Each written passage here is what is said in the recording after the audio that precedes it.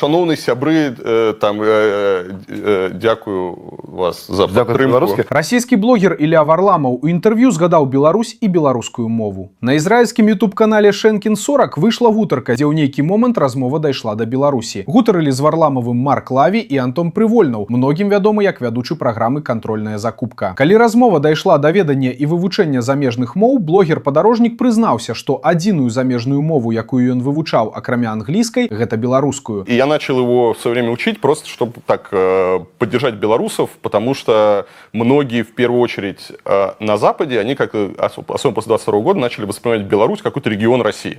То есть понятно то, что Лукашенко там под Путина лег, и его вообще там его ничего не смущает, ему абсолютно, он ведет какую-то свою игру. Але ўжо ў працэсе высветлілася, што гэта нашмат складаней, чым вывучыць італьянскую ці іспанскую. Изначально тебе кажется, что наши же буковки, все остальное, но он, во-первых, безусловно, очень другой.